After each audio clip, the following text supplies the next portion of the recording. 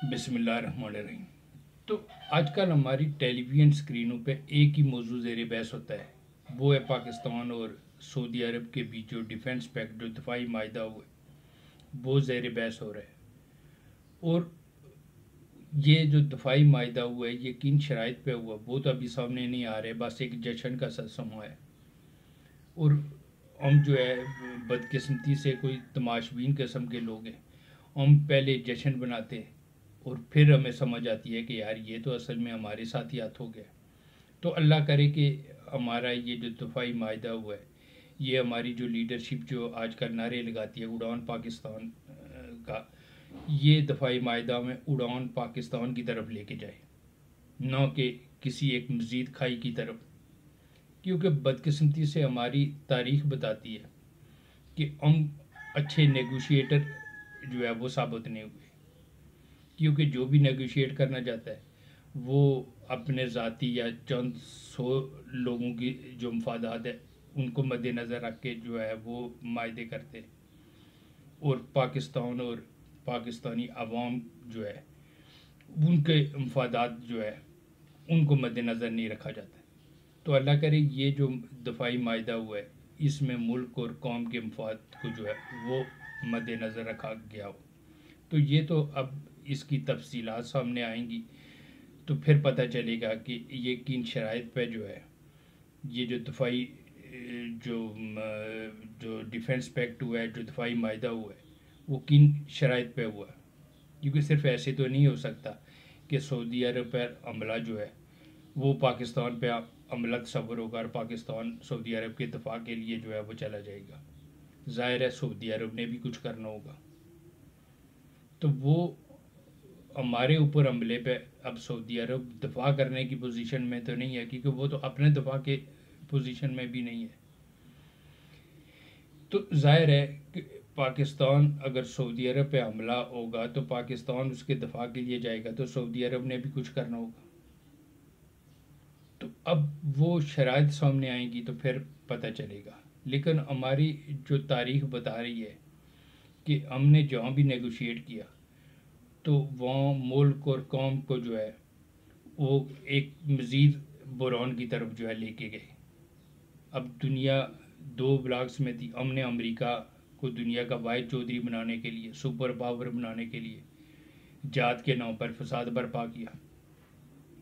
उसके नतीजे में अमेरिका दुनिया का सुपर पावर बन गया। लेकिन हमारे हिस्से में क्या आया कि हमारी मैशियत का बेड़ा गर्क हो गया, हमारी इंडस्ट्री मुकम्मल तौर पर बैठ गई। हीरोइन और क्लाशनकोफ कल्चर के तोहफे मिले, माजरीन का जो है वो हमें तोहफे मिले, और 4 दहाइयों से ज़्यादा अरसा गुजर गया और पाकिस्तान उस क्राइसिस से बाहर नहीं आ रहा। आज भी उसके झटके हमें महसूस हो रहे हैं। आज भी जो है उस वक्त गलत फैसलों की सज़ा ये कौम और मुल्क जो है वो भुगत रहा है। तो बदकिस्मती से हम अच्छे नेगोशिएटर साबित नहीं हुए। अब सी पैक उठा के देख लें, वैसे तो हम उसको अपना सर का ताज बना के पेश करते, लेकिन वहाँ जो है वहाँ भी मुल्क के मफादात को जो है वो मद्देनज़र नहीं रखा गया। सिर्फ ये हमारी लीडरशिप ने ये समझा कि क्योंकि उन दिनों में डॉलर क्राइसिस था कि डॉलर आ रहे, तो उस चक्कर में जो है वो तमाम तर जो वो मायदा हुआ है वो चाइना की फेवर में गया। तो अब ये सऊदी अरब के साथ जो हमारा दफाई माहिदा है, अल्लाह करे कि हमारा ये माहिदा जो है ये हमें उड़ान पाकिस्तान की तरफ लेके जाए, ना कि मज़ीद किसी जो है वो बुरान की तरफ। तो हमारे सामने अब सबसे बड़ा जो जो हमारे लिए अब जो एक बोझ है हमारे ऊपर, इस मुल्क और कौम के ऊपर जो अमालिया है वो कर्ज़ों का अमालिया खड़ा है। तो अगर हमारे साथ ये दफाई माहिदे होते हैं और सऊदी अरब और दूसरे इस्लामी ममालिक भी इस जो है वो छतरी के नीचे आके पाकिस्तान के साथ ये दफाई पैक्ट करते हैं, तो सबसे पहले जो हमारे ऊपर ये कर्ज़ों का मालिया है इसका उतारने का बंदोबस्त किया जाए कि इसकी ज़िम्मेदारी इन कतरी और दूसरे अरब मालिक जो है वो इसका ज़िम्मेदारी उठाए कि हमारे ऊपर से इस अमालिया को उतारे। क्योंकि हमारी तो ना ये कर्जा उतारने की ना नीयत है और ना हम कर्जा उतारने जोगे, बल्कि जिस तरीके से हमारी लीडरशिप ये मुल्क चला रही है, हमने इस हमालिया के ऊपर आपने देखेंगे कि कुछ अरसे के बाद एक और केटू जो है हमने वो फिट कर देना है, क्योंकि हमारी तो नीयत ही नहीं है कर्जा उतारने की। तो ये अगर दफाई मायदे होते हैं, सबसे पहले जो कर्जों का हमालिया, इससे हमारी जो है जान छुड़ाएं, क्योंकि इन कतरियों और सऊदी अरब और दूसरे अरब मालिक के लिए सामने ये कर्जा तो जो है उनके सामने तो, क्योंकि वो इससे ज़्यादा का तो साल भर में वो जो अमेरिका है उसको दफाई साजो सामान खरीदने में जो है उनका बिल बन जाता है।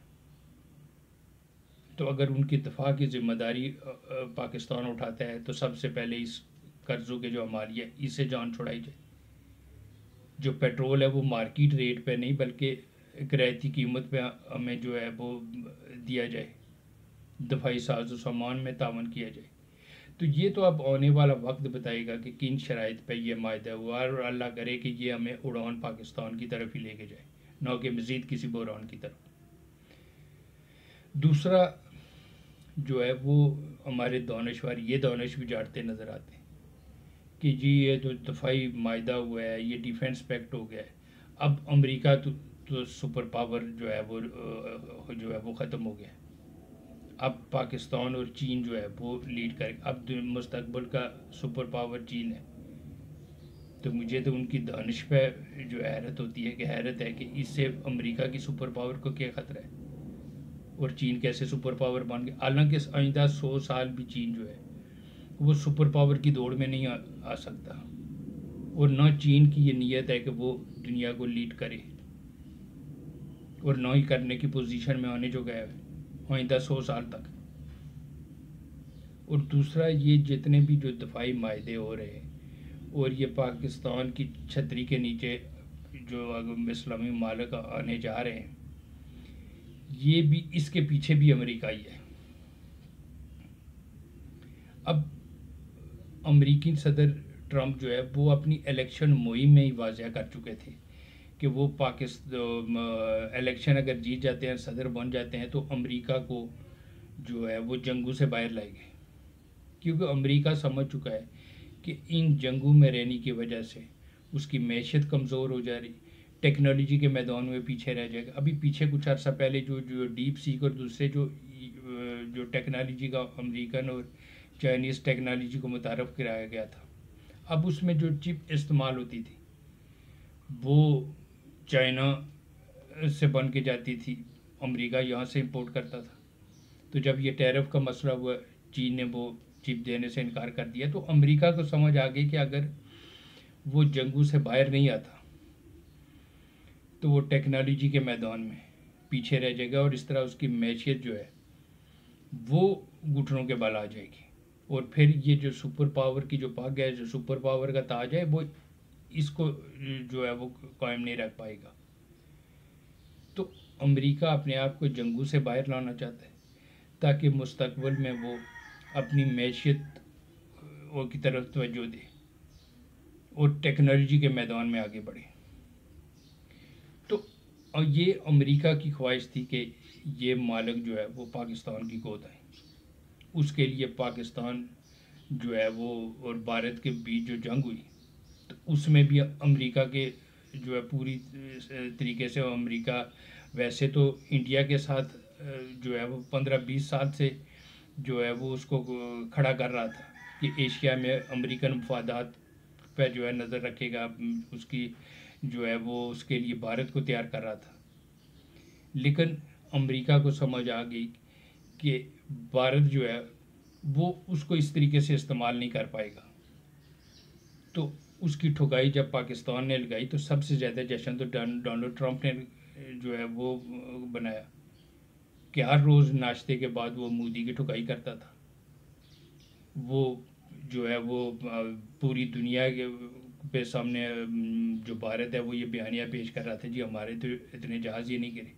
लेकिन ट्रंप ने कहा नहीं जी, इनके तो 6 नहीं, इनके 7 जहाज़ गिरे।